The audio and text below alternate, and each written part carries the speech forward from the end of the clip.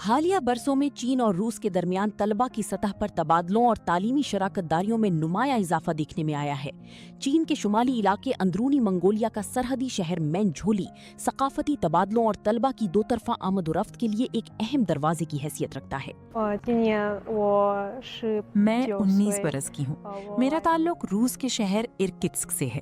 مجھے چینی زبان اور ثقافت سیکھنا بہت پسند ہے۔ مجھے چین کی Nanjing university of finance and economics میں داخلہ مل گیا ہے۔ میں تعلیم کے لیے رواں برس ستمبر میں نانجنگ جاؤں گی۔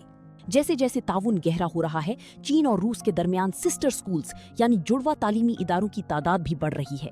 دونوں ممالک مشترکہ نصاب، اساتذہ کی تربیت اور طلبہ کے تبادلہ پروگراموں میں تعاون کر رہے ہیں۔ تعاون پر مبنی 150 سے زائد مشترکہ پروگرامز اور اداروں کا قیام عمل میں لایا گیا۔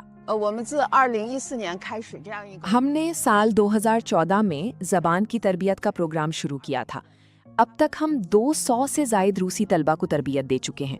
تربیت مکمل کرنے پر ان طلبہ میں سے کچھ مزید تعلیم کے لیے معروف چینی جامعات میں چلے جاتے ہیں، جبکہ کچھ ایسے ہیں جو چینی زبان میں اپنی مہارت کو چین روس سرحدی علاقے میں کاروبار اور سیاحت جیسے شعبوں میں استعمال کرتے ہیں۔